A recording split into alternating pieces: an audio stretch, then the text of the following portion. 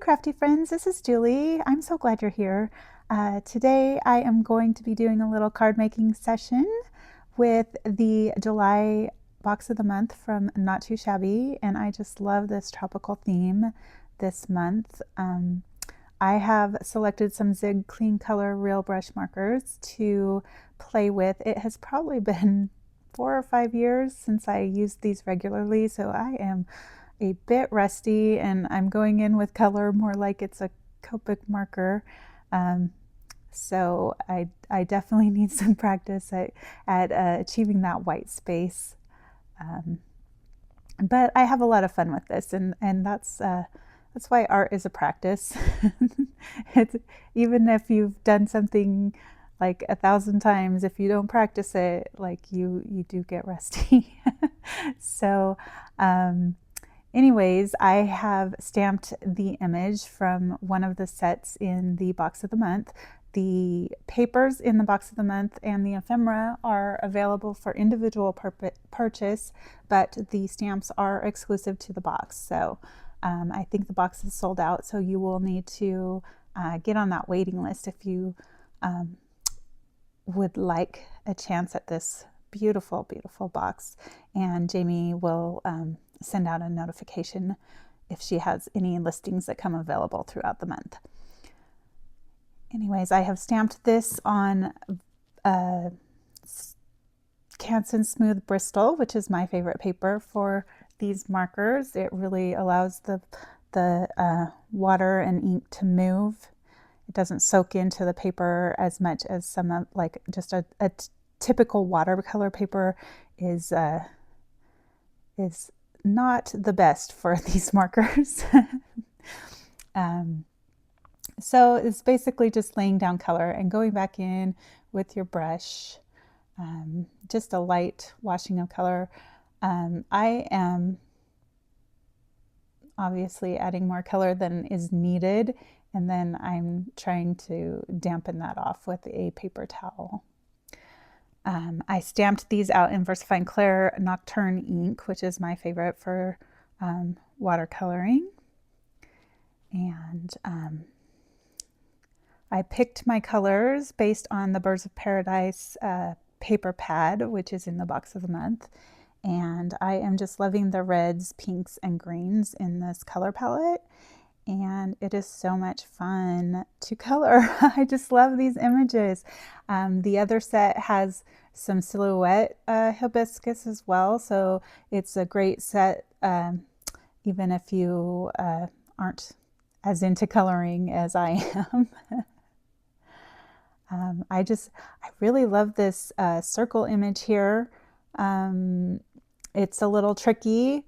A trick I've learned through the years is that circle part is not, it doesn't have like a very thick base, so it's kind of like moldable. So if you want the true circle, you're going to want to just like rest your stamp face down on your paper and then pick it up with your block, or because it will naturally, if you just kind of toss it down there, it will naturally go into its normal shape. But if you're trying to place it, it might mold and shift a little bit, so you won't get that true circle. But it's a beautiful stamp, and I just love how these flowers are coming out. I am going in also with a Zig clear Wink of Stella clear glitter brush marker. That's a mouthful. Anyways, I usually use a mix of water and the clear glitter pen. I just love the glitter effect. And then I'm drying in between just to make sure things are dry before I go in with the white gel pen, and that is how I'm going to achieve the white space that I did not leave when I was watercoloring. So there is always a workaround for things. Especially with watercolor, you can remove a bunch of color, but I didn't want to overwork my paper, so I just decided to add these highlights in with the gel pen, and I really do appreciate the way they turned out. It's a lot of fun to add that white right in the middle, so it gives that, if you have a darker on the outer edge of the flowers and darker on the center, and then you put that white in the middle, it just really makes them feel like they're turned. And now I am just going to use this as a mask.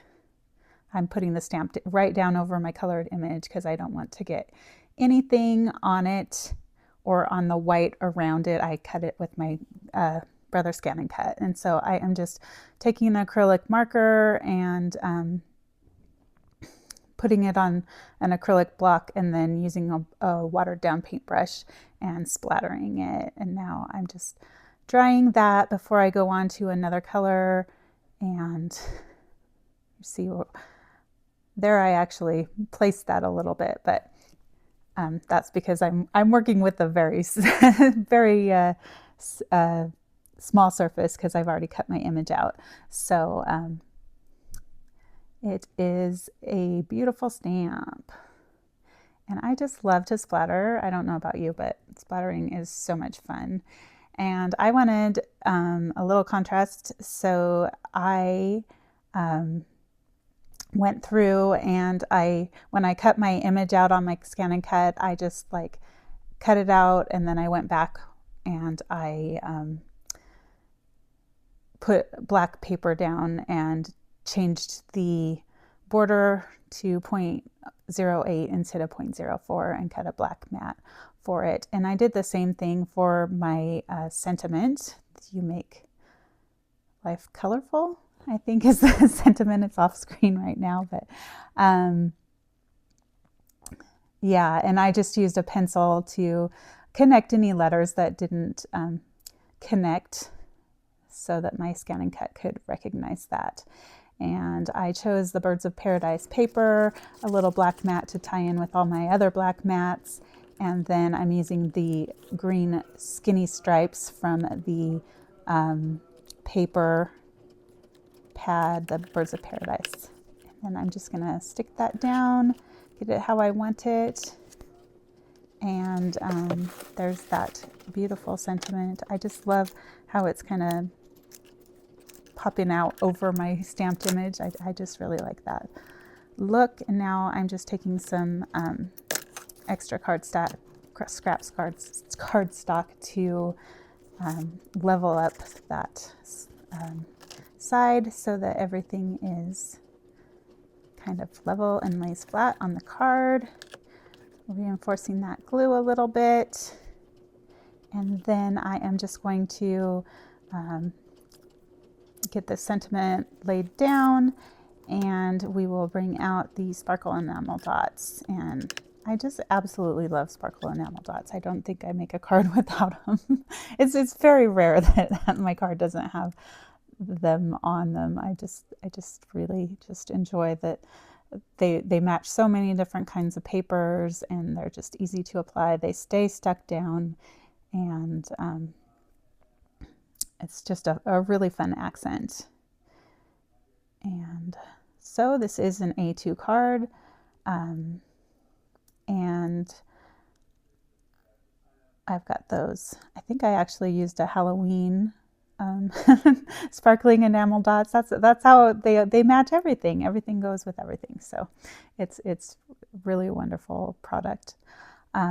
Anyways, I hope you have enjoyed this card process. We'll have links in the description box below to products and the Not Too Shabby shop. So thank you for watching, and I will catch you on the next one.